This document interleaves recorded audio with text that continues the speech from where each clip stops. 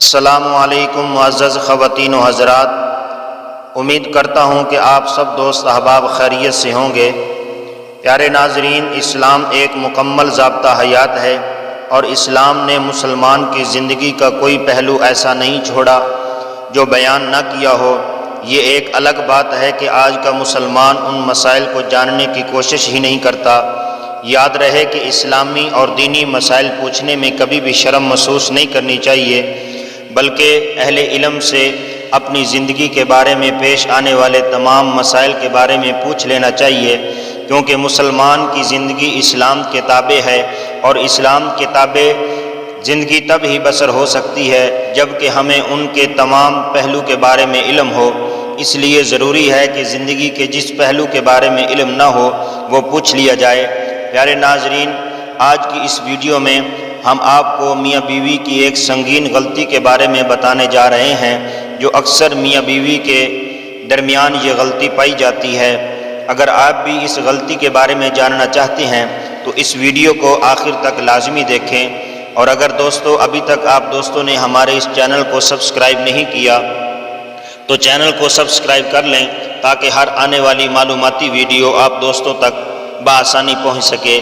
تو پیارے ناظرین، وہ کون سی غلطی ہے جو میاں بیوی میں اکثر پائی جاتی ہے؟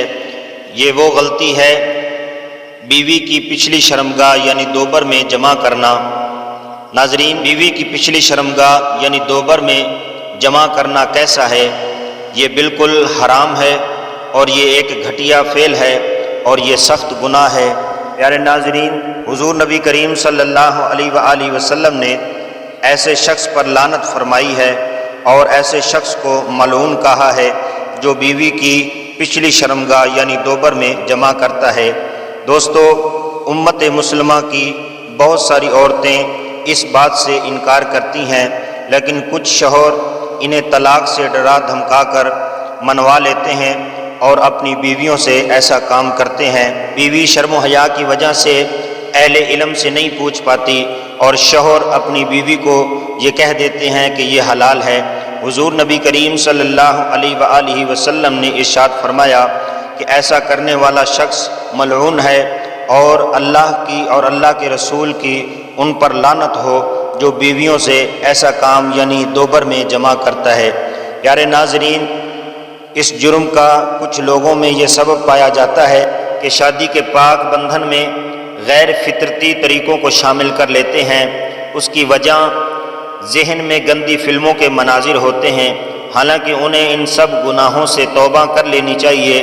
یہ بات بھی ذہن نشین کر لیں، یہ کام سراسر حرام ہے، چاہے میاں بیوی دونوں یہ کام کرنے پر رضامند ہوں، اس لیے کہ ان دونوں کی رضامندی حرام کام کو حلال نہیں بنا سکتی۔